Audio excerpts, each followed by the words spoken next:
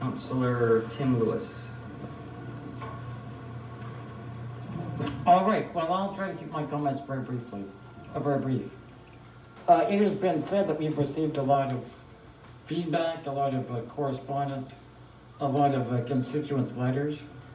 We've received literally hundreds and hundreds of letters urging us to reconsider one of the most fiscally irresponsible decisions we ever made, and that's the decision on RAF, and yet not a single one of the numerous NPA councillors have been prepared to reconsider their position on that issue.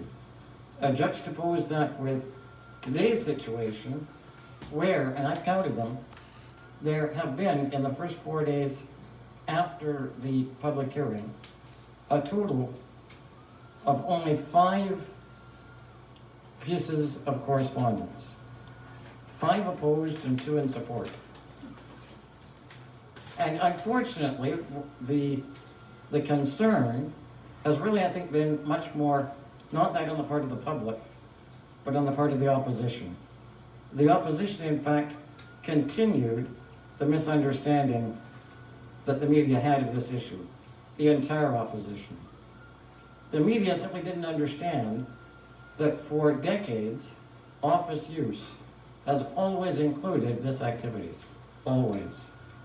What council decided at the public hearing was to maintain the status quo, to leave in the office use definition, which is very lengthy and includes a whole number of uses, including, by the way, accounting and a whole number of other uses, to leave in this use.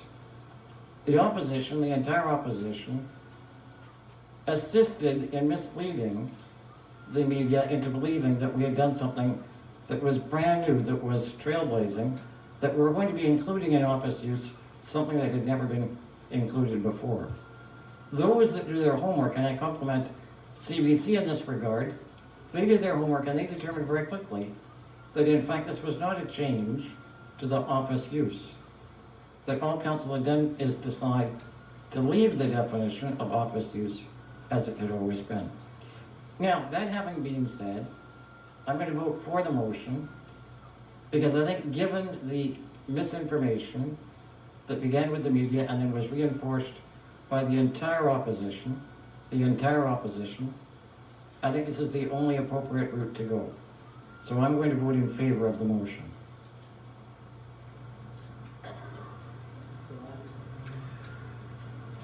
Well, gee whiz, I didn't know I had such an influence on Councillor Lewis. I'm just a point of order. I'm a little disturbed that this comes before us with no notice, and I'm not calling notice, but my contention on the night of the vote was that there was no democratic discussion. I mean, this is a very big thing we're doing, and there was only, it says here that there were citizens appearing as delegations. I only recall one citizen appearing as a delegation, and certain councillors swallowing hook, line, and sinker everything that she said.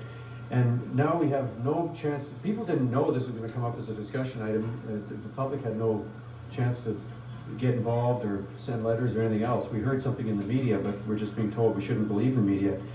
I think Councillor Lewis should get out a little more and hear what really people are saying out there, because there was nothing that I said or Councillor Sullivan said that inflamed this thing. In fact, if you read the quotes carefully in the Vancouver Province, I was saying a lot of the same things that the planners were saying, that I didn't fully understand this issue, and on first look, it looked like we were just endorsing office use. But as I said at the night, let's have a full look at this thing, let's have a public discussion, let's get a full report. And when we started to look into it a little more later, I found out that when you authorize the so-called office use of a health enhancement center, let's not kid ourselves, that's a sex, that's therapy, that's massage therapy, that's a sex trade activity, and there are implications on the neighborhood. So if Councillor Lewis says the only issue is that the public has been misled, tell that to the people in whose neighborhood these activities would take place and see how misled they think they've been. I'm glad this has come back. I'm glad this council is coming, some members of this council have come to their senses on this, and that we're going to protect these neighborhoods. And if we're going to create a red light district, that let's do it with our eyes open and full understanding of what we're getting into, instead of just blindly leaping into some pool of compassion for a particular group of people in the city without considering all the other citizens who, again, are kind of neglected by this council more often than not.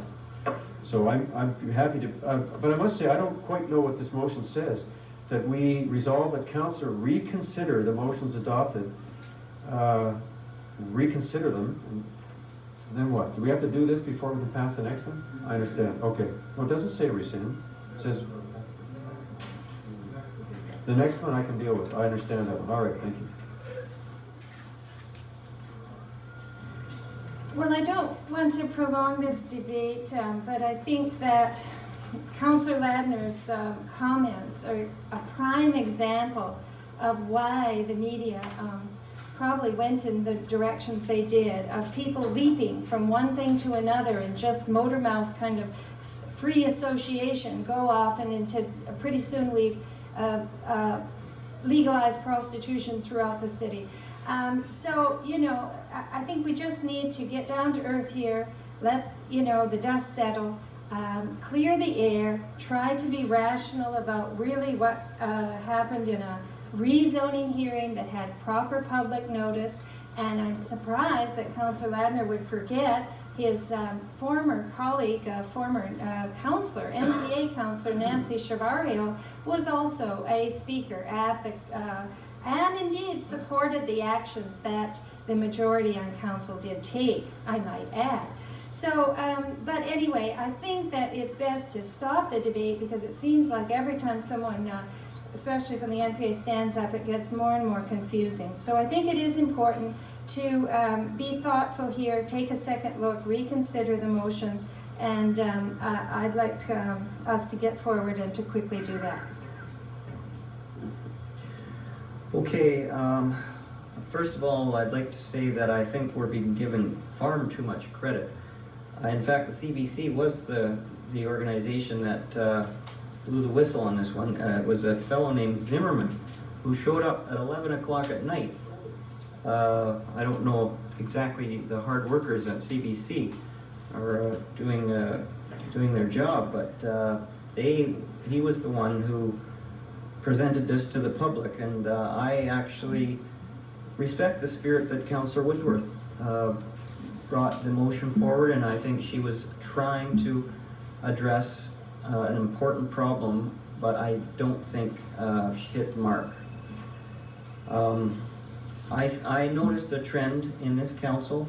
There has been a promise to listen to the citizens. I heard this all during the campaign, and the staff were concerned. They expressed their concern at the public hearing that we were going down a very important new road for the city, that people really should have some input on this. And Councillor Ladner and I cautioned about that. This is a new direction. I think citizens will want to have a say in this, and in fact the vote went the other way. There has been a promise to keep taxes to the rate of inflation, and I note that the inflation rate, this is a trend that I'm referring to. I note that the inflation rate is now 1.7%. Homeowners will pay over 3%, 3 times as much.